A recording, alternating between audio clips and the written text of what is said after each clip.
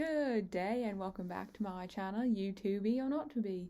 If you haven't been here before, hi, I'm William Shakespeare and I'm working on a series where I rank my favourite and least favourite productions of my plays. Did you know I have 37? Today I will be unpacking my most recently watched production, which is Carr's Measure for Measure at the Wanamaker Theatre at the Globe. One of my favourite theatres. Now, before we take a deep dive, let's review the background, shall we? I'm warning you, spoilers ahead. Although, I don't really know if we can call them spoilers if it's been out since 1604. That's on you. Anyway, Measure for Measure is a comedy set in Vienna, which is a real sin city filled with prostitutes and brothels, and all because of the Duke's relaxed ruling policies. One day he decides to put Lord Angelo in charge. Except the Duke doesn't leave town. Crazy, I know. He stays and disguises himself as a friar so he can watch what's going on in his absence.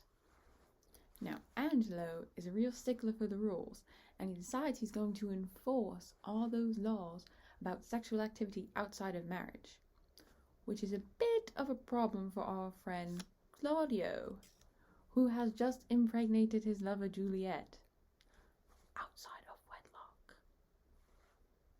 So Angelo sentences Claudio to beheading. Don't worry, he's not beheaded yet. It's a Shakespeare play, not that simple. Thankfully, we have Isabella, Claudio's sister, and she is training to be a nun. When she hears that Claudio is going to be executed, she goes to beg Angelo to spare Claudio's life. Angelo proposes a compromise. He will spare Claudio's life if Isabella sleeps with him.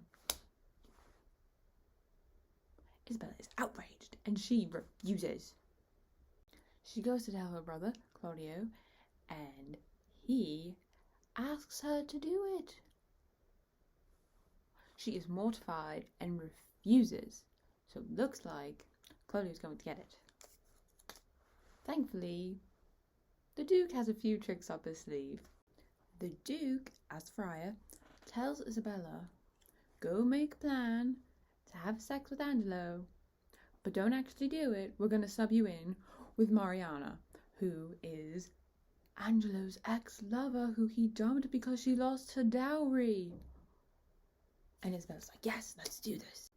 And the Duke tells Isabella, then he'll have to marry Mariana and he'll pardon Claudio and everything will be okay. So Mariana and Angelo do the deed. He thinks that's with Isabella, but it's not. And he does not pardon Claudio.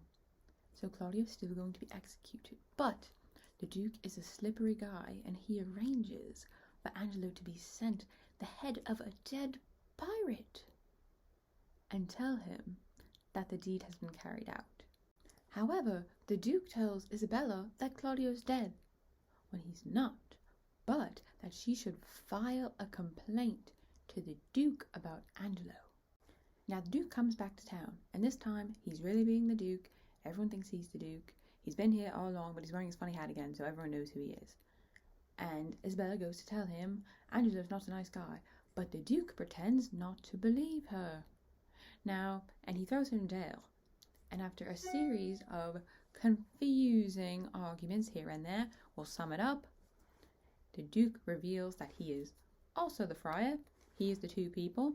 He makes Angelo confess for all the mean things he's done. Claudio is pardoned and allowed to live with Juliet. Turn that frown upside down, Claudio. Your head is still on.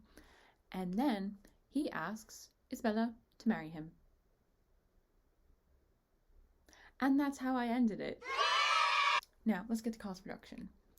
I thought it was a very interesting spin on the story. It's not something I would have done, but I rather liked it, actually.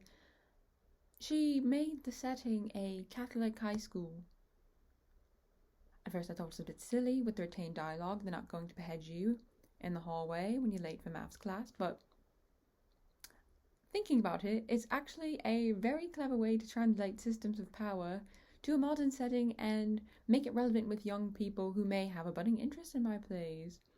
In a Catholic high school setting, characters like the Duke and Angelo are given administrative roles like headmaster or faculty, and Mariana would be given a role of like a lunch lady. These characters would then have power over the other ones who would be younger and students, like Isabella, Claudio, and Juliet. Now, this is one of my problem plays, so I really like to see how people attempt to fix it and edit it, but I really appreciate that Carr did not shy away from them. Besides the fact that moving it to high school makes it the biggest advertisement for safe sex, which is a very interesting campaign to take, the entire play is Isabella's constant struggle to maintain her claim on her modesty and virginity, and it holds up and in a different setting, in a different time period.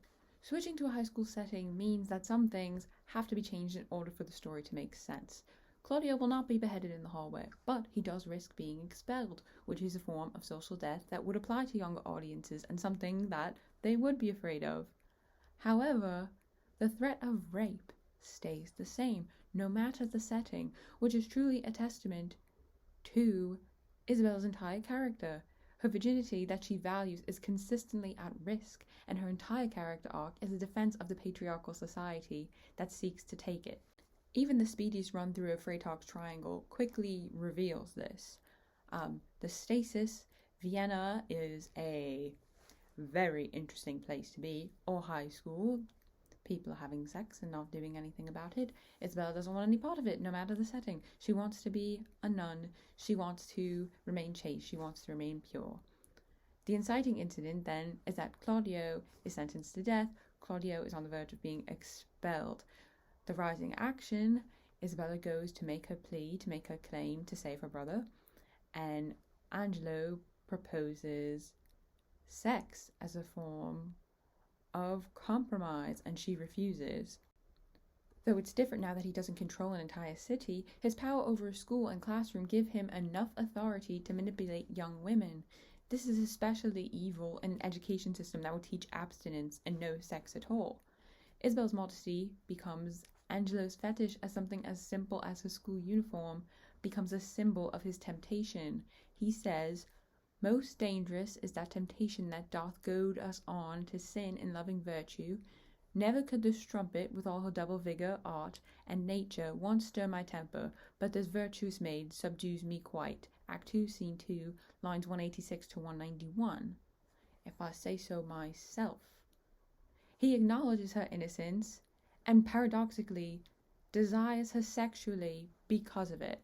In the climax, Isabella agrees to make the switch with Mariana, and then in the following action, Isabella finally accuses Angelo, and she has to make her claim, and she brings up the fact that he has a lot of power over her, and it seems that you have to look beyond his power and see that he is truly a bad person.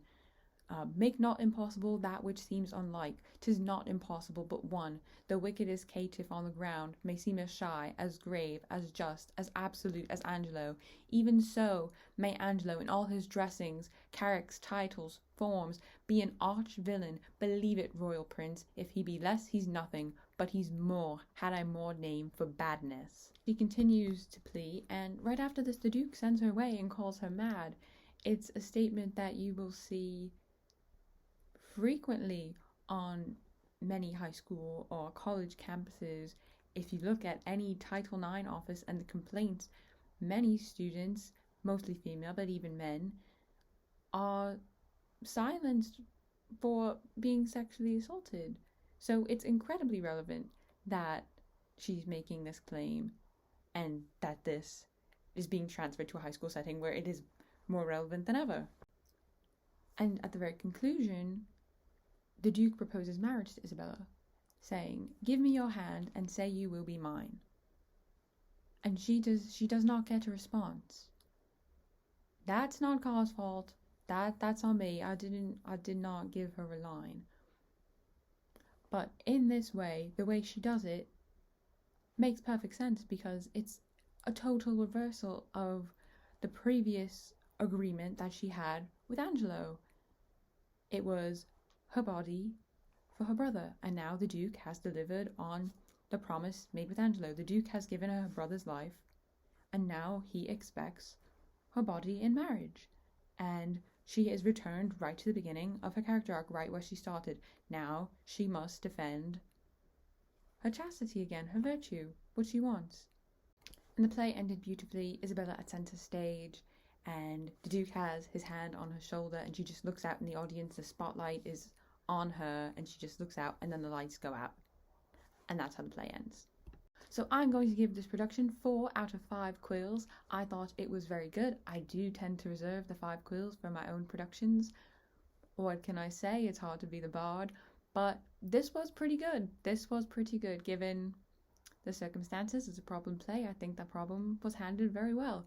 And I highly recommend that you go see it. Get your little keisters over to the Sam Wanamaker Theatre and get yourself a ticket. Thank you so much for watching this video. Please like and subscribe. That's YouTube or not to be. Next week you can come see my review of Henry V at Dunmore Warehouse. It's with sexy Kit Harington, and they do some very interesting pyrotechnics, and I have some words about them. So I expect to see you here. Parting is such sweet sorrow until I see you on the morrow. Billy out.